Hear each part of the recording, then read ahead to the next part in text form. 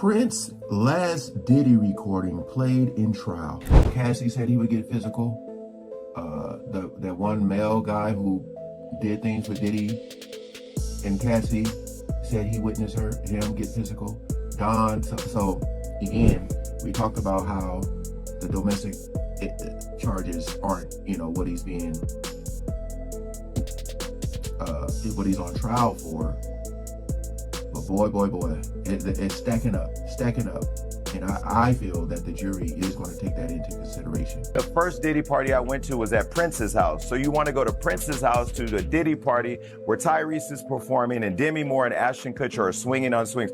That is what's happening on the other side of the wall. And so the one thing that makes this party different than a Jamie Foxx party or any other celebrity party that wrangles a bunch of young women or guys or whatever too, is that Diddy didn't let you bring your security in the party. I'm just trying to listen. I mean, there's a lot of this stuff that I've heard and seen already.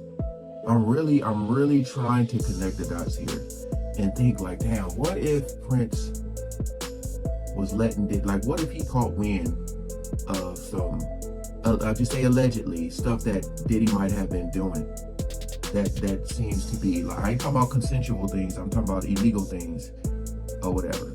But I'm just like, would Diddy be that dumb to not think that Prince, this celebrity, has cameras in his house as well? So I'm just trying to think, because if Prince has cameras and he's recording stuff, to get some dirt on Diddy, I don't know. I feel like Diddy, with all his cameras that he allegedly had, or no, they actually found cameras. Problems? That I don't know, right? What I know is that he was really health conscious. He was a vegan. He didn't abuse alcohol. I didn't know of him abusing drugs.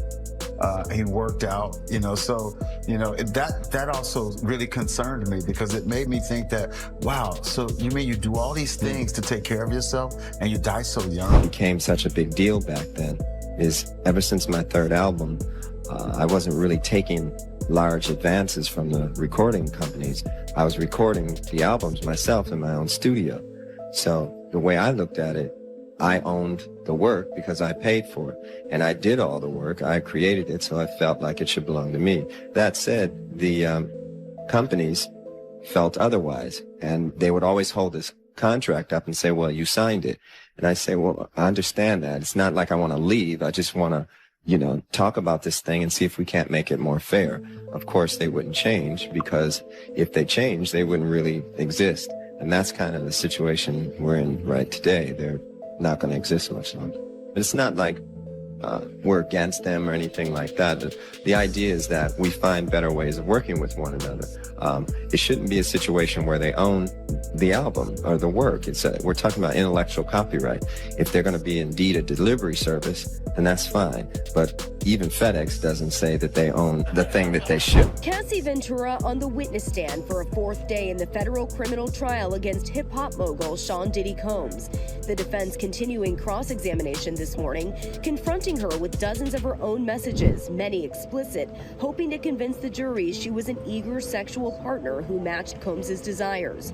I'm always ready to freak off, one message said. She was into the freak-offs herself and was like a willing participant and was into all the freaky stuff, and essentially that was the crux of what they were trying to do yesterday. And do you think they proved that or not? I mean, there's texts like that from 2009, I'm always ready to freak off. There was some other texts where she was referencing like hitting him up about the FOs, is what they were referring to him. To me, yes, this doesn't look good, but at the same time, I think the timeline is crucial here. And these are texts from 2009, man. That was when they were first getting in the relationship. She was young. Obviously, they were in the honeymoon stage, and she was stoked to oh my God, I'm with Diddy. I'm living this lavish lifestyle. Of course, she's going to be saying things that she knows will curry favor with him to keep it going. The other things that the Diddy's team tried to do was show how they had breaks, and she was with Michael B. Jordan and was with Kid Cudi for a minute. But during that time period, she was still having freak-offs with Diddy, and I think that was them trying to show This wasn't a controlling thing. Here she was like hooking up with other people. She just was into the freak off. I kind of buy that, to be honest. So like, she is out of the freak off scene. She is when she's with Kid Cudi or you know, allegedly with Michael B. Jordan. She's kind of out of the freak off if she wants to be. So why do you keep going back? I know it's kind of like a mental, like, she still loves Diddy. Diddy was jealous about her. Oh, yeah, because that was another thing that the prosecutors were trying to do, is show that, that they had a very jealous relationship. She would get jealous when he's with Kid Cudi. Also, like, Kim Porter, Cassie would be jealous of Kim Porter. Right. Trying to show that, like, Cassie, you were in love with this guy. That's why you were jealous. Right. So, like, this was a real relationship. It was just interesting to see Chris Brown. I mean, he's always coming up somewhere, dude. He is. Chris Brown. All right. Final story of the week. Justin Bieber is not a victim of Diddy. So this was one of those, like, rumors or whatever that was flying around in the months leading up to the trial. And to be honest, there was quite a few rumors flying around. Like, you know, was there minors involved? Says if no other celebrity was part of Freak Off, why are they in hiding? Are they in hiding though? I don't think they're in hiding. I just think other celebrities didn't want to insert themselves. No one wants to be tied to Diddy one way or the other. Even if you're at a white party, like just having a lot of fun, and, you know, one of Diddy's white parties, you don't want to be linked in any way. No, and that's why, like, all those people, there's a few people I think that have come forward and been like, I didn't see any of this freak off stuff. You know, they have their notebooks in their hand. They're coming in, they're very alert, and I think this is one of those testimonies where you have no choice but to pay attention and almost be flabbergasted, obviously, at some of what you're hearing, because it's not only just insight into somebody's sex life, but the details are disturbing at times, especially during that prosecution testimony when we saw some of the alleged abuse, or we saw pictures of her after a beating of some kind, according to her. But the jurors are definitely paying attention. I don't see anyone that's not keeping their focus on Cassie Ventura, and also I noticed them taking notes a lot of times. And the children, as they were exiting court yesterday, 2 of the girls were seen crying. How emotional have they been in court? Again, I cannot imagine if that was my father or somebody close to me up there and having to hear details of their sex life. Those are young women. They lost their mother, one of them, the twins. So no one can probably quite understand what it is that they're going through, but I think that's something that you think about on both sides, you know, to look at Alex Fine, which is Cassie Ventura's husband, and think about him having to listen to all that's being said about the type of woman that Cassie Ventura was versus the person that's expecting, you know, their 3rd child together now. So whether it's Combs's family or Ventura's family that's there to support her, her brother and her husband, Alex Fine, I think it's difficult on both sides. Seen him taking notes from the beginning. I see him put his glasses on. He gets very close to the screen when they're reading some of those text messages, so he's paying attention. Now, Ventura confirmed that she and Combs had conversations about a swinger's lifestyle, but that the freak-offs, they were very different. Yeah, so she talked about this idea where I guess Combs wanted her to watch him have sex with another woman. She said that happened 2 or 3 times, but that he mentioned it frequently. Kim Porter came up today in testimony. What was the significance there? The defense said early on that this case would be about infidelity, love, and jealousy. And this is where they brought that up today when they brought up Kim Porter's name. The defense asked Cassie Ventura, are you jealous or were you jealous of Kim Porter? And Ventura sort of contemplated, but did get to this moment where she said, knowing that Combs spent holidays with his family, which meant with Porter, did bother her. And she admitted that. They also pointed out that there was testimony where she talked about being insanely jealous overall as a girlfriend. So, yeah. We're hearing the judge wants Cassie off the stand tomorrow. Will the prosecution and the defense get equal time? Yeah, as long as there aren't any additional motions, I think that is the goal, to have her off the stand by tomorrow. Why do you think that? What's the reasoning behind wanting her off the stand tomorrow? In the very beginning, Rachel, they told us that she would likely be on that stand 2 to 3 days. So here we are. There's a moment in every trial that changes everything. A single piece of evidence that shifts the entire case. For Diddy, that moment came on day 3, when a voice from beyond the grave shattered his carefully crafted image of control. It wasn't just another day in court. It was the moment everything turned upside down. The kind of twist you'd expect in a blockbuster courtroom drama, except this was real life. And at the center of it all was a recording that nobody saw coming, a final message from one of music's most legendary figures. Picture this. Day 3 of the trial. Journalists rush for seats like they're racing for front-row tickets to a sold-out show. Celebrities slip through side doors with practiced ease, hoping to catch every shocking detail without drawing too much attention. Legal teams move with precision, arranging papers and devices like generals preparing for battle. But there's something different in the air today, an unspoken tension that even casual observers can feel. Security guards stand at every corner of the room, not just the usual detail but doubled, as if expecting something big. 4 officers positioned directly behind Diddy's table, a visible shift that hints at unseen instructions handed down that very morning. Something new, something planned, something no one was prepared for. Diddy walks in looking untouchable, as if he owns not just the courtroom, but the very air inside it. Navy suit sharp enough to cut glass, cufflinks catching the light just so, and that famous smile flashing at supporters in the gallery. His legal team surrounds him like a protective shield, whispering strategy in low tones, their body language tight with confidence. He looks like a man who thinks he's got it all figured out, like he's already planning his victory dinner. What he doesn't see, or chooses not to notice, is the quiet activity happening at the prosecution table. Tech specialists are setting up equipment that hadn't been there before. Wires connect to devices that hum softly with potential. Lawyers exchange glances filled with meaning. Whispers ripple through the courtroom like an electric current. Anticipation hangs thick in the air, almost suffocating. Something is about to happen. And for the first time in the trial, Diddy's ironclad composure is about to be tested in ways he never imagined. The judge makes an unusual statement that sends a ripple through the courtroom. I want to remind everyone present that regardless of what evidence is presented today, I expect complete composure. His voice carries extra weight, measured and firm, as if he's issuing more than just a routine reminder. It feels like a warning.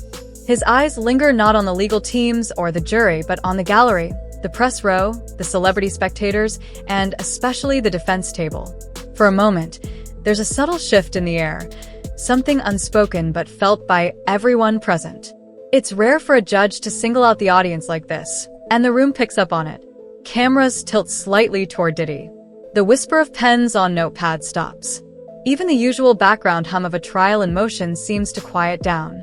But no one truly heeds the message. They're too focused on what's coming next. Then it happens, without warning, mid-sentence during a seemingly routine line of questioning. The prosecutor abruptly halts. She doesn't finish her thought. Instead, she turns toward the bench with calm precision and says, "Your Honor, at this time the prosecution would like to present critical audio evidence recently authenticated by our forensic team." Her tone is steady, but there's something unmistakable beneath it, a quiet confidence that doesn't go unnoticed. The courtroom erupts into motion.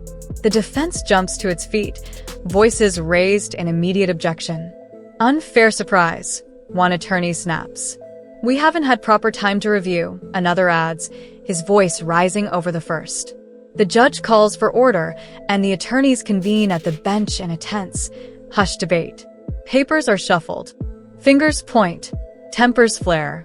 But after several minutes of back and forth, the judge rules decisively in favor of the prosecution. The evidence was properly disclosed in discovery, he states firmly. Proceed. And then silence. Not the ordinary lull between questions or the pause before a witness answers, but a heavy, anticipatory silence that settles over the room like a thick fog. You could hear a pin drop. Journalists stop typing. Court artists lower their pencils. Spectators lean forward in their seats, unaware they've stopped breathing.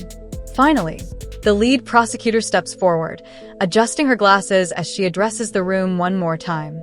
What you're about to hear is the final private recording made by Prince Rogers Nelson before his death. A collective breath is sucked in across the courtroom. Some mouths fall open.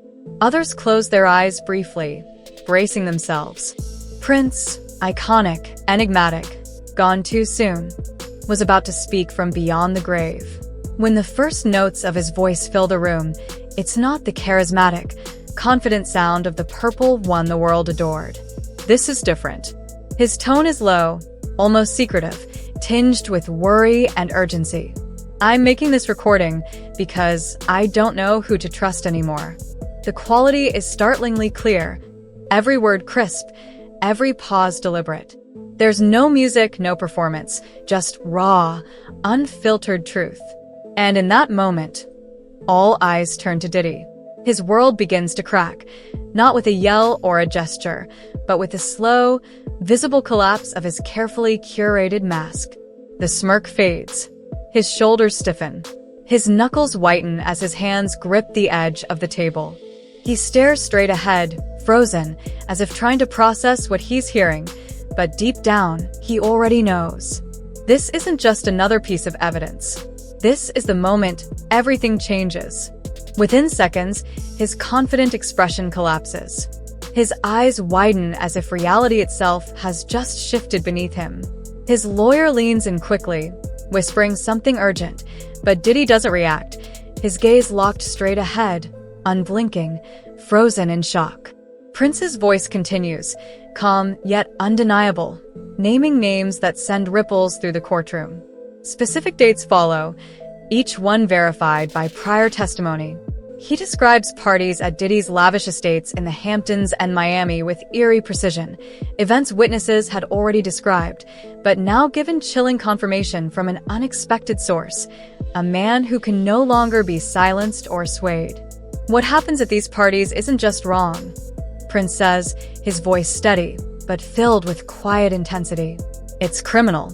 The words hang in the air like thunder after lightning, heavy and impossible to ignore. Each sentence hits the room like a physical blow, landing directly on Diddy with increasing force. Prince details payments, $2 million here, $1.3 million there, exact figures that match the financial records the prosecution had already displayed earlier in the trial. These aren't guesses or rumors. They're documented transactions, now corroborated by someone whose credibility is beyond dispute. Prince recounts private confrontations he had with Diddy, describing threats made in hushed tones and behind closed doors. He talks about NDAs signed under pressure, about people disappearing from public view after accepting settlements. This isn't gossip or speculation. It's methodical, detailed, and devastatingly real. The prosecutor pauses the recording at the perfect moment, letting the silence stretch just long enough for the weight of Prince's words to settle fully over the room. Every eye in the courtroom turns instinctively toward Diddy. His face is pale, almost ghost-like. His hands tremble visibly on the table in front of him. The man who built an empire on image, control, and cool, collected composure is unraveling before our very eyes, and everyone can see it. And then it gets worse. Prince mentions March 9th, 2016, a date that hadn't been brought up yet in the trial. He gives a specific address in Beverly Hills, one that clearly triggers something deep in Diddy's mind. Suddenly, without warning, Diddy stands. Abruptly. Not slowly or deliberately, but with such sudden force that water spills from a glass on the defense table. Security officers move in immediately, their presence looming. Diddy's lawyers panic, scrambling to pull him back into his seat, shielding him from the jury's view as best they can. But it's too late. Everyone saw it, the moment Prince's voice confirmed something only a few people should have known. Prince continues speaking, unaware of the chaos he's causing nearly a decade after he recorded those words. What he describes next matches exactly what the prosecutors have alleged, down to the smallest detail. It's as if he anticipated this very moment. His voice, preserved in perfect clarity, exposing truths that Diddy thought were buried forever. There's no escaping it now. The walls are closing in, and for the first time, Diddy looks like a man who realizes he might not be able to talk, charm, or buy his way out of this. That's a lie. Diddy explodes, his voice ricocheting off the courtroom walls, shattering the heavy silence like glass. He wasn't even there. His face is flushed, eyes wide with panic, his carefully curated image of control now completely shattered. The outburst hangs in the air, raw, unfiltered, undeniable. The judge slams the gavel repeatedly, his voice sharp and firm. Order. Order in this court. But it's too late. The moment has already been etched into every juror's mind, captured on record for the world to remember. This isn't just a slip-up or an emotional reaction. It's a crack in the foundation of Diddy's defense. For the first time since the trial began, the jury doesn't see a powerful music mogul standing up for himself. They see a man who couldn't handle the truth when it came from someone he clearly feared, even from beyond the grave. And then, the final words of the recording pierce through the stunned atmosphere like a cold wind. If anything happens to me, make sure this gets to the right people.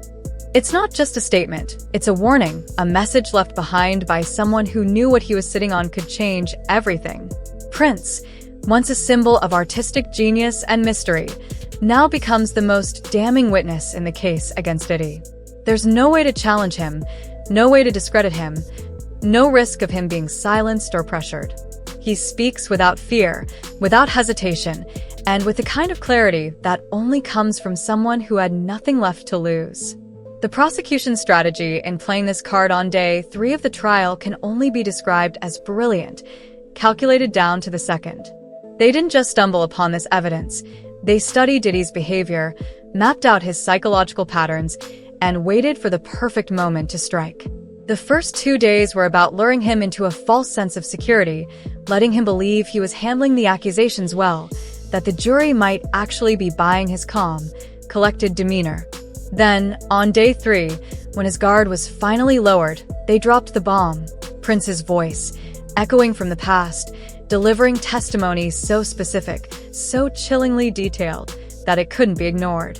Their entire case was built like a symphony, each earlier witness and document serving as a note leading to this explosive crescendo.